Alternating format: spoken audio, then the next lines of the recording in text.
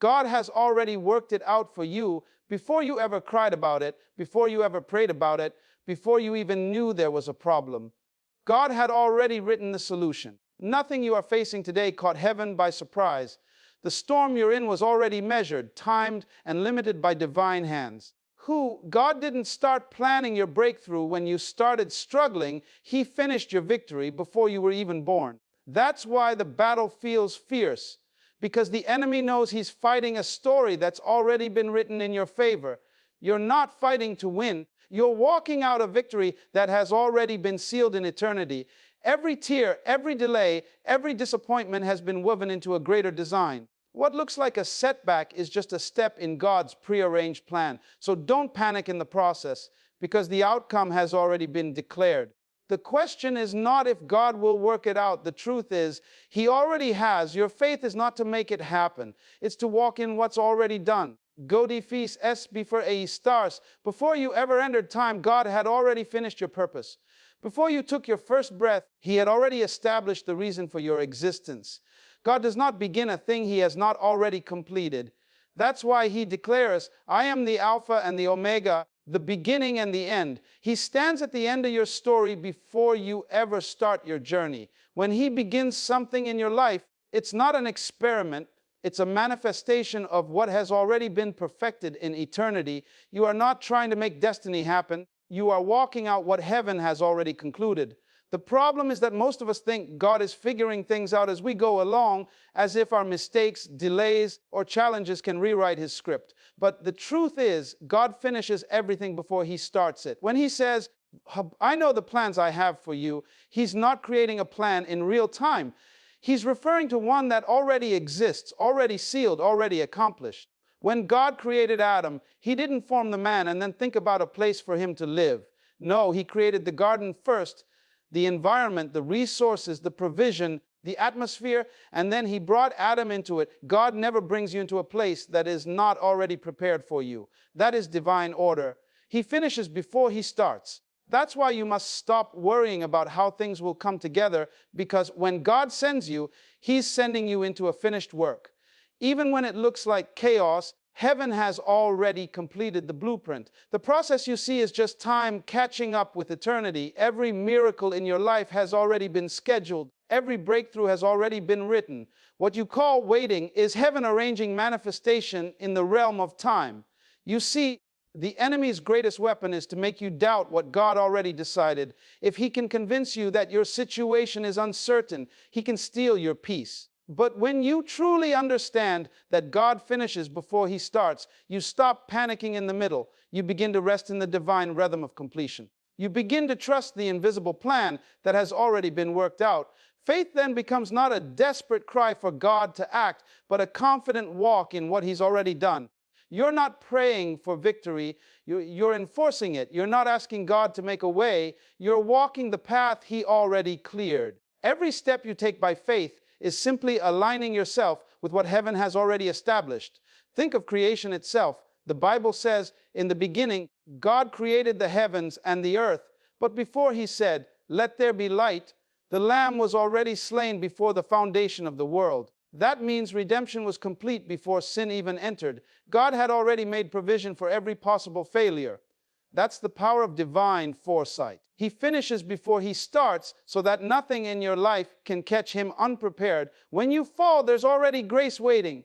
When you lose your way, there's already a way back prepared. When you face a need, there's already supply designed. This is why you can walk through uncertainty with confidence, because your story was written in completion before your problem began. So when you face challenges, don't ask, God, what will you do? Ask instead, God, what have you already done that I need to align with? Because your solution doesn't need to be created, it needs to be revealed. Heaven doesn't respond to panic. Heaven responds to revelation. When your spirit catches the truth that God has already finished the work, you begin to live from victory, not for it. You stop begging God to move and start positioning yourself where His finished work is already flowing. That's what divine partnership looks like, not forcing God's hand, but walking in His completed will. Even Jesus demonstrated this divine order. Before He went to the cross, He said, it is finished. Notice, He didn't say, I am finished. He said, The assignment, the redemption, the purpose is finished. He spoke it before the resurrection, before the full manifestation. Why? Because heaven's reality is never determined by visible progress. What God finishes in the unseen will eventually manifest in the seen. You must learn to speak the same way. Stop saying, I will be healed, and start declaring, by His stripes I am healed. Stop saying, I will have peace, and start declaring, I have peace.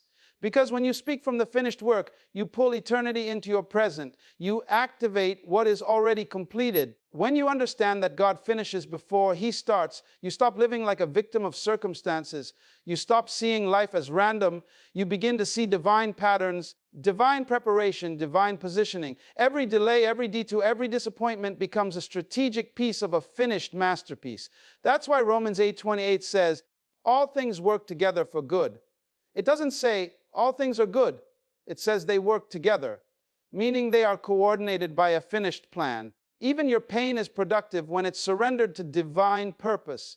God's nature is perfection. He cannot begin something He hasn't already seen to completion. When He called you, He didn't base it on where you are. He based it on what He already finished.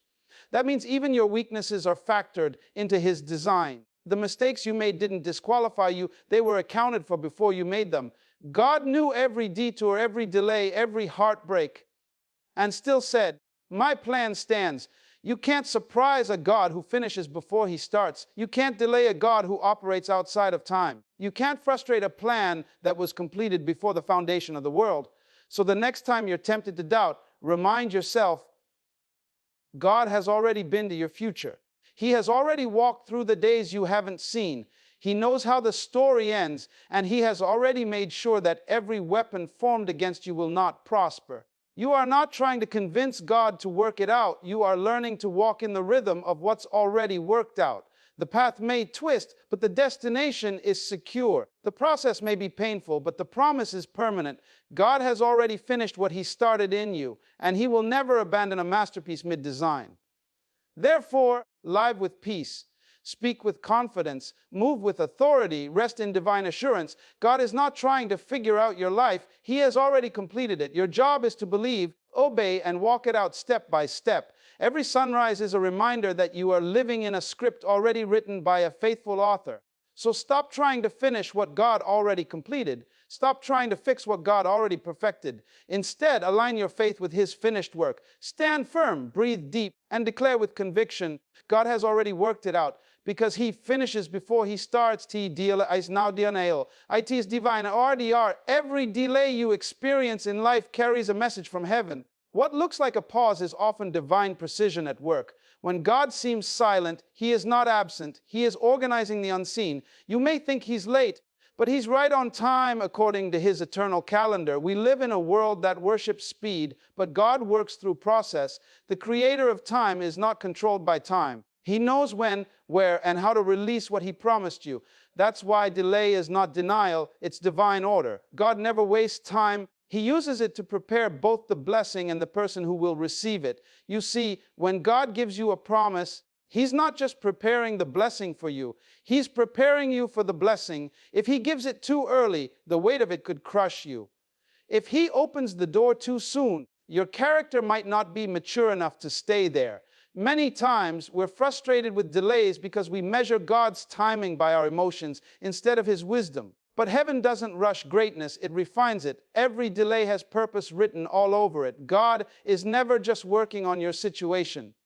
He's working on your strength, your patience, your humility, your vision, and your obedience. Look at Joseph. He had a dream of greatness, but he spent years in slavery and prison before stepping into the palace. To human eyes, that looked like delay. But in heaven's plan, it was divine training. The pit taught him humility. The prison taught him management. By the time he reached the throne, he wasn't just gifted, he was prepared. If God had promoted him early, his heart wouldn't have survived the pressure of power. So when you face delays, remember, God is not punishing you, He's positioning you. The waiting room is not a sign that He forgot you. It's a sign that He's forming something deeper in you. Divine order often disguises itself as delay because we only see moments while God sees the whole timeline. What feels like a setback is really synchronization, heaven aligning details, people, and circumstances that you can't see yet. Sometimes God delays you not because you're not ready, but because what you're praying for isn't ready for you. He might be aligning the right connection, opening the right opportunity, or closing the wrong one to protect you from disaster. When God is silent, He is still speaking through His order. When He says, wait, He's not denying you. He's perfecting the timing of your manifestation. Every divine promise operates under what I call appointed time. Habakkuk 2:3 says, for the vision is yet for an appointed time, though it tarry, wait for it will surely come and will not delay. That means every promise has a schedule attached to it. You cannot rush what heaven has already timed. You can pray, you can fast, you can prepare, but the door will not open until divine timing says now. Why? Because divine timing protects divine purpose. If God released everything when you wanted it, it would destroy you or derail the process. So He hides progress in patience. The waiting season becomes the proving ground of your faith. That's why patience is not weakness. It's spiritual maturity. Anyone can shout about a promise. Only the mature can wait for it. Patience is faith stretched over time. It's saying, I trust God even when nothing moves. It's holding peace in your spirit while your mind tries to calculate how it will happen. It's refusing to let disappointment change your confession. When you trust God's timing, you live above frustration. You no longer see delays as rejection. You see them as divine order unfolding. Every pause is God's way of preparing you for a perfect launch. Think about Abraham. God promised him a son, yet he waited 25 years for Isaac to be born. In that time, God wasn't delaying. He was developing faith. Abraham had to become the kind of man who could father nations, not just a child. The delay purified his faith, deepened his trust, and positioned him for the manifestation of the impossible. The longer the wait, the greater the weight of glory that follows. What you receive quickly often leaves quickly. What you receive through waiting carries depth, authority, and endurance. So never despise the wait. It's sacred ground. Sometimes God allows delay to separate you from people who can't go where you're headed. If He answered too soon, the wrong people would share your blessing. So He slows the process to expose motives and test loyalty. The delay will always reveal who's really with you and who's with what you have. It's heaven's filter, a holy process that ensures your destiny won't be sabotaged by premature partnerships. When things don't move as fast as you expected, look around. God might be cleansing your circle before promoting your life. You must understand that the silence of God is not the absence of God. When He's quiet, He's usually working the most. The silence between promise and manifestation is sacred. It's where faith grows roots. It's where your spiritual muscles develop. You may not feel progress, but transformation is happening internally, like a seed buried underground. Nothing seems to move, but life is being formed in the dark. When God hides you, it's not rejection, it's incubation. Hidden seasons are holy seasons. God conceals what He values until it's mature enough to be revealed. When delay stretches longer than you imagined, your natural mind will want to panic. But remember, delay only frustrates those who don't understand divine order. When you truly know that God has already worked it out, you rest even when nothing changes. You learn to praise before the breakthrough, to thank God before the door opens, to worship while waiting. That's faith on another level. It says, even if I don't see it yet, I know it's already settled in heaven. You stop asking when and start declaring it's done. Heaven honors that kind of faith because it mirrors God's own rest. Sometimes the delay exists so you can see His hand clearly. If things happen too quickly, you'd think it was your effort.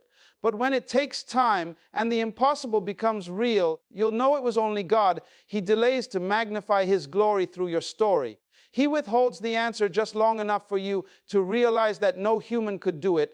And when it happens, the world will know it was divine. That's why you must not despise slow progress. It's often the stage where miracles are formed. So today, stop cursing the waiting room. Stop doubting the silence. What looks like delay is divine order aligning every piece of the puzzle. God hasn't forgotten you. He's preparing the perfect moment. The longer the wait, the greater the revelation. The heavier the pause, the stronger the purpose. You're not behind schedule. You're right on time in heaven's design. Divine timing never misses. When the door finally opens, you'll understand why it had to take this long. You'll see how every no was protection, how every detour was direction, how every delay was divine order shaping your destiny. The blessing that comes late will be worth every tear, every prayer, every test of faith. And when you step into what God has prepared, you'll realize He was never delaying you, He was developing you. He was never denying you, He was defining you. The process was never punishment, it was positioning. So lift your head, dry your tears, silence your fear. God who finishes before He starts knows exactly when to manifest what He promised. Trust His timing, trust His wisdom, trust His divine order. Because when the appointed time arrives, no power in hell, no system, no delay, no opposition can stop what heaven has already arranged. The delay is not denial, it's divine order at work. And when it unfolds, it will be more beautiful, powerful, and perfect than you ever imagined. Your destiny is not something you chase, it's something you carry. Everything God intends you to become already exists within you. The future is not waiting somewhere in the distance. It's locked inside your spirit, waiting to be revealed. You were born complete in potential, but empty in manifestation. That means you are not becoming something new. You are becoming what God already placed inside of you before the foundation of the world. The journey of life is not about discovery, it's about unveiling. Every experience, challenge, and season you face is designed to draw out what heaven deposited within. You are a carrier of divine purpose, and every test you face is simply pressure to release that purpose. Before you entered your mother's womb, God had already downloaded your blueprint. Your calling, your assignment, your gifts, your grace, it's all there. Heaven doesn't create purpose on the go, it conceals it inside you and allows life to bring it out. That's why you can't measure your destiny by your current environment. Where you are now doesn't define what's inside you.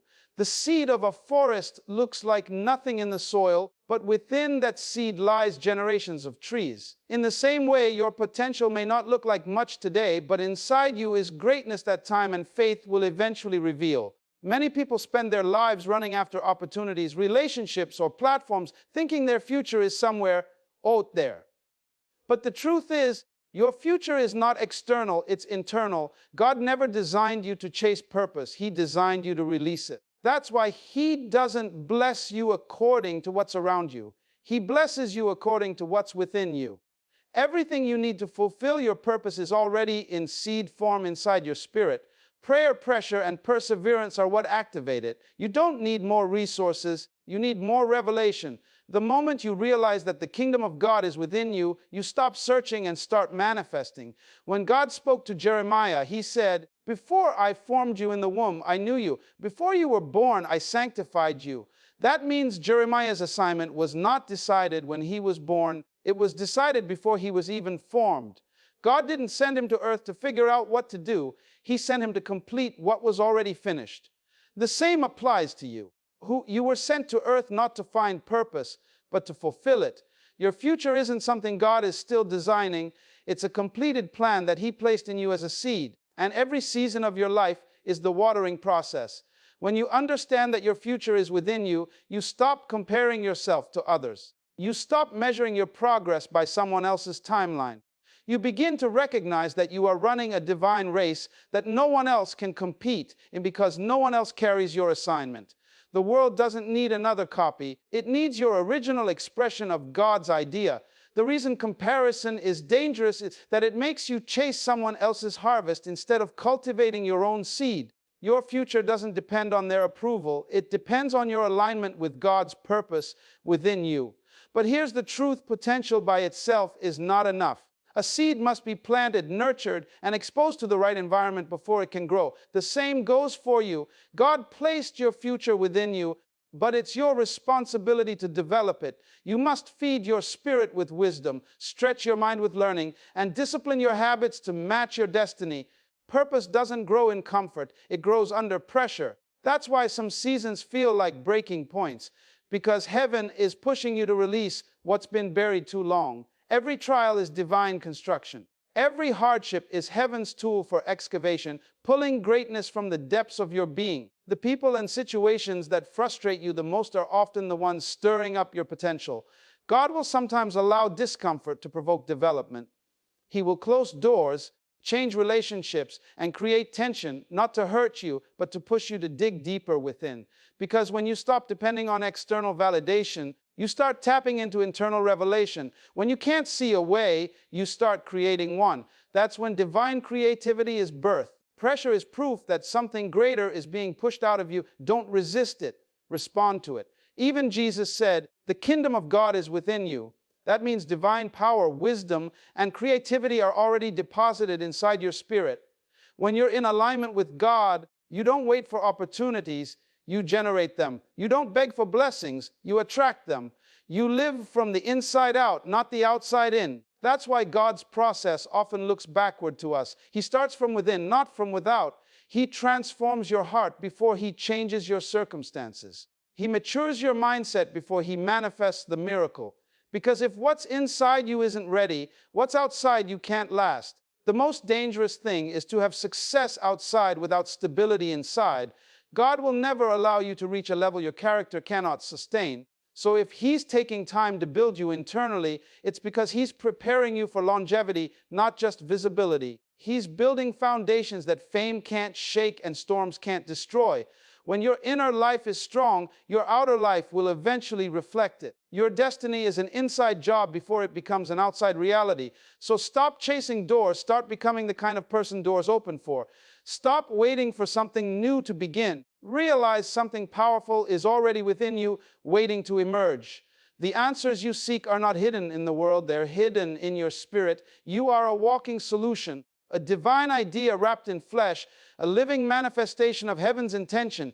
Everything you will ever need is already in seed form within your soul. The world will change when you finally release it. Therefore, wake up every day knowing you are carrying something eternal. Speak to your potential. Stir it through prayer. Activate it through faith. Develop it through obedience. You are not empty, you are loaded. You are not waiting for the future, it's waiting for you to release it. The moment you stop chasing what's outside and start cultivating what's inside, you'll see doors open without striving, people appear without searching, and blessings flow without force. Because the truth is this: you are not running toward destiny, you are releasing it from within. God already placed your future inside you. Now it's time to live like it's there. Don't look ahead, look within. That's where heaven hid your greatness. Faith is not an emotion, not a moment of religious excitement, and not a blind leap into the dark. It is the divine bridge that connects what God revealed in the spirit to what you see in the natural. Everything God promises already exists in the unseen realm. Revelation gives you access to it, but faith brings it into manifestation. Without faith, revelation remains potential. With faith, revelation becomes reality. God's promises are not waiting to be created, they are waiting to be believed. That's why Scripture says, "The just shall live by faith." Because faith is not just how you receive from God, it's how you walk with Him, think like Him, and move in alignment with His eternal plan. When God speaks a word over your life, that word is already complete in heaven. It doesn't need development, it needs agreement. Faith is that agreement. Faith says, "I believe what God said more than what I see." The challenge for most people is that they want to see it before they believe it, but in the kingdom of God, you must believe it before you see it. Faith operates from the inside out, not the outside in. It translates spiritual truth into natural manifestation. Without it, promises of God remain locked in potential form. With it, they begin to take shape in your life, your family, your finances, and your future.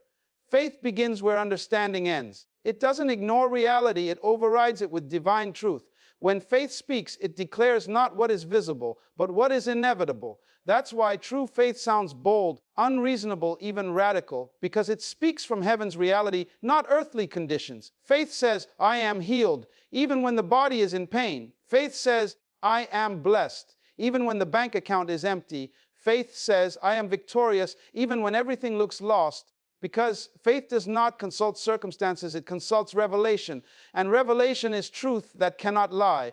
Every miracle in Scripture was built on that bridge called faith. When God told Noah to build an ark before it had ever rained, that was faith. When Abraham left his homeland without knowing where he was going, that was faith. When the woman with the issue of blood touched the hem of Jesus' garment and said, "If I may but touch him, I shall be made whole," that was faith. Faith always moves before the evidence appears. Faith acts as if it's already done, because in heaven it already is. The moment you believe, something in the invisible realm begins to shift.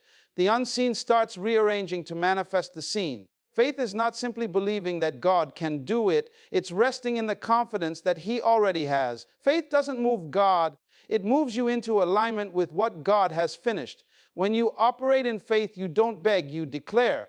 You don't chase blessings, you walk in divine assurance. You understand that every delay is just time catching up to what faith already settled. That's why the enemy fights your faith more than anything else. Because if he can disconnect you from faith, he can disconnect you from manifestation. He doesn't care how much revelation you receive, as long as you don't believe it, because revelation without faith produces frustration. You can know what God promised, but never experience it if you don't walk in belief. Faith is the bridge that allows you to walk from "I heard it" to "I have it."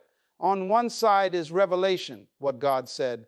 On the other is reality, what you experience. And between them lies the stretch called faith. It's the place where you must step out even when you can't see the ground. It's the stage of your journey where God asks you to trust Him beyond logic. Faith is not comfortable. It demands surrender. It will make you give up your need for control, your craving for evidence, and your addiction to certainty. Because faith doesn't operate on proof. It operates on promise. The reason many people feel stuck is because they receive revelation but refuse to cross the bridge. They hear sermons, read promises, and quote verses, but never move. Faith is not complete until it moves. Belief is internal, but faith is active. If you believe God will open a door, faith is you walking toward that door before it opens. If you believe God will provide, faith is sowing the seed before the harvest appears. Faith is not waiting for a sign, it is the sign that you trust Him. It's the proof of your confidence in His character, not in your circumstance. Faith is also the language of heaven. God doesn't respond to fear, emotion, or anxiety. He responds to faith. Without faith, it's impossible to please Him because faith is the atmosphere where He manifests. That's why when Jesus healed people, He often said, "Your faith has made you whole." Not your tears, not your need, not your effort, but your faith. Faith is the currency of the kingdom. It is how you transact with heaven. When you speak faith, you give God something to work with. Your words become material for miracles. That's why your confession matters. The bridge of faith is built not only through belief, but through speech. You must say what God says even when it sounds impossible. Speak it until what you say becomes what you see. Every time you choose faith over fear, you activate divine movement. Faith shifts you from waiting for miracles to walking in them. It changes your posture from "God, please do it," to "God, thank you, it's done." Faith sees the end from the beginning and lives accordingly. You begin to praise before the evidence shows up. You start to rejoice before the door opens. Because faith doesn't wait for confirmation. It creates it. That's how heaven operates. It doesn't react to situations. It manifests truth. But faith is not always easy. The bridge can feel shaky. There will be moments when what you see contradicts what you believe. The test of faith is not when everything works, it's when nothing does. That's when you must hold your confession firm. That's when you must remember that the delay is not denial and silence is not absence. Faith doesn't quit because it can't see. It endures because it knows. Even when the wind blows, even when your emotions scream, even when logic says, "Impossible," faith whispers, "It's already done." A true faith produces rest. When you truly believe, you stop striving. You stop worrying about how it will happen. You stop asking when it will happen. You start living as if it already has. Rest is the highest form of faith because it means you've crossed the bridge. You're not trying to get there. You're already walking in it. Faith says, if God said it, I believe it, and that settles it. That's not arrogance, that's confidence in divine integrity. God cannot lie, and His word cannot fail. So, if you're standing between revelation and reality today, don't give up on the bridge. Keep walking. Every step you take in faith is pulling heaven closer to earth. Every declaration of trust is building structure beneath your feet. Even when you can't see progress, heaven is aligning your promise. Faith doesn't always show you the full map, it just gives you the next step. Take it. Because your obedience is the evidence that you believe. The bridge of faith is not for the faint of heart, it's for those who dare to live beyond sight. It's for those who are tired of talking about miracles and ready to walk in them. It's for those who refuse to be defined by what they see and choose instead to be led by what God said. You don't need to understand everything, you just need to trust the one who does. And when you finally reach the other side, You'll look back and realize the bridge never failed you. It carried you through storms, through doubts, through delays, through fear, and it delivered you into promise. That's the power of faith. It is the divine connection between what heaven revealed and what earth will experience. So walk it boldly, speak it fearlessly, and rest in it completely. Because faith is the bridge between revelation and reality, and once you cross it, nothing can stop the manifestation of what God has already worked out for you. Rast sthprof off trost. When you truly know that God has already worked it out, you stop striving and start resting. Rest is not weakness, it is the highest expression of faith. It is the calm confidence of someone who understands that heaven is never in a hurry and never in confusion. To rest in God is to declare silently, I trust your wisdom more than my understanding, and I trust your timing more than my urgency.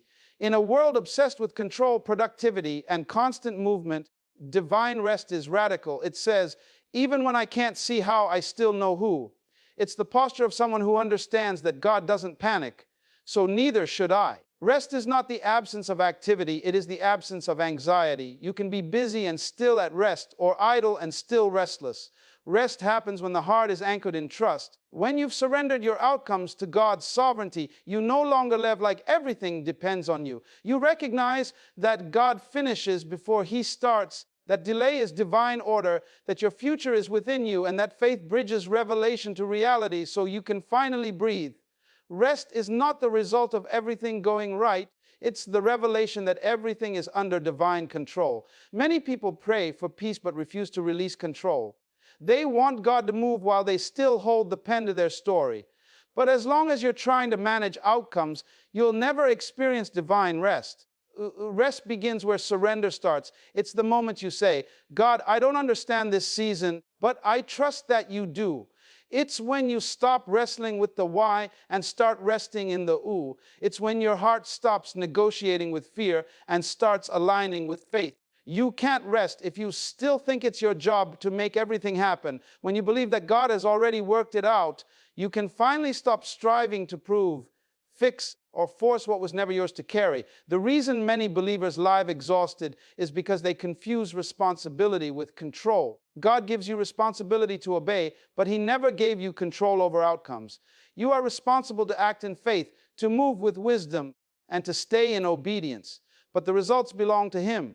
Rest is what happens when you give up trying to do God's job. It is what happens when you stop asking how and start declaring thank you.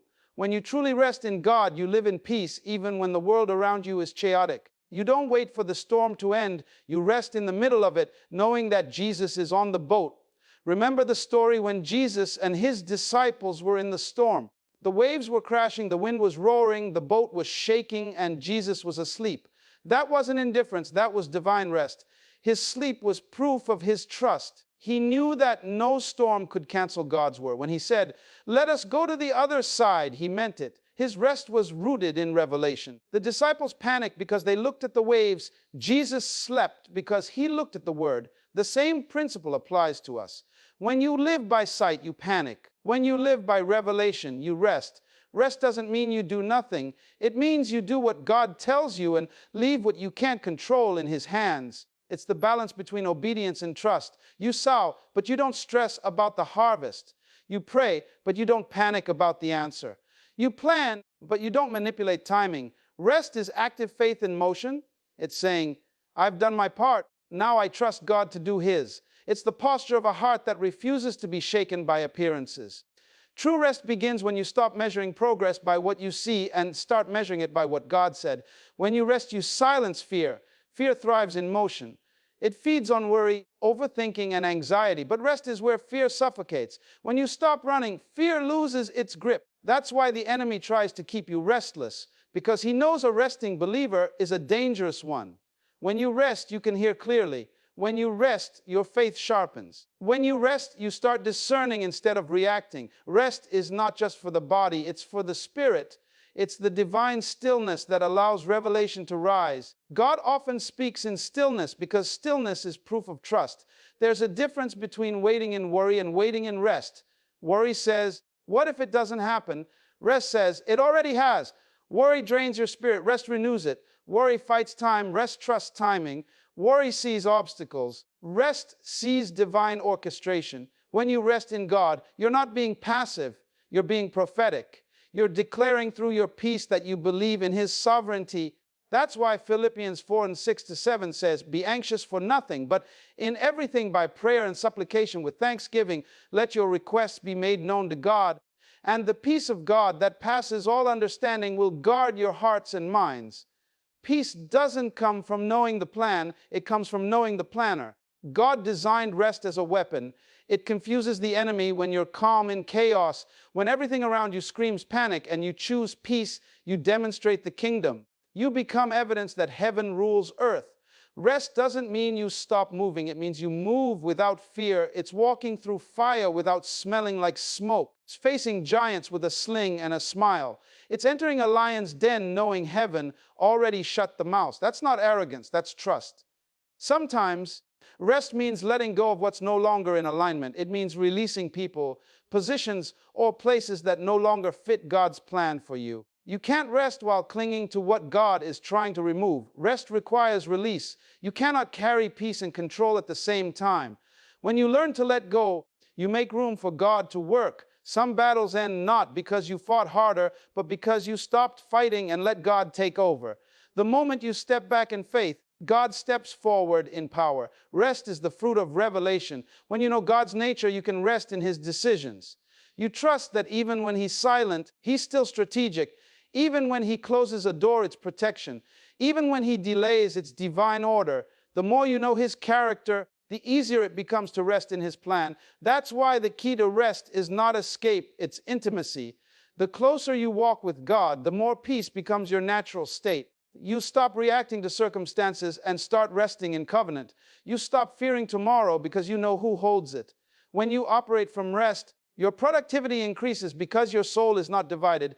You stop wasting energy on worry and start focusing on obedience. You move with clarity because peace sharpens perception. God can do more through a peaceful heart than through a restless one. Rest positions you for divine acceleration because peace attracts progress. When you rest, you stop chasing opportunities. They begin to find you. You start walking in a rhythm that matches heaven's pace, calm, consistent, confident. True rest is not seasonal, it's spiritual. It's not something you experience once, it's a lifestyle. It's how kingdom citizens live every day. You may face storms, but storms don't live in you. You may walk through fire, but the fire doesn't burn your peace. You may hear bad news, but it doesn't shake your faith. Because rest is not based on what's happening around you, it's based on what's established within you. So today, release your need to figure everything out. Let go of the weight you were never meant to carry. The God who started the work in you has already finished it. The God who promised has already provided. The God who designed your path has already gone before you. Your job is not to fix the plan, it's to follow the peace. Rest is not a pause in the process. It is proof that you trust the process. It's heaven's way of saying, I've got this. So breathe again, be still again, believe again, because the calm in your soul is the clearest evidence that your faith is alive. And when you rest, heaven moves, because rest is the proof of trust, and those who trust never lose.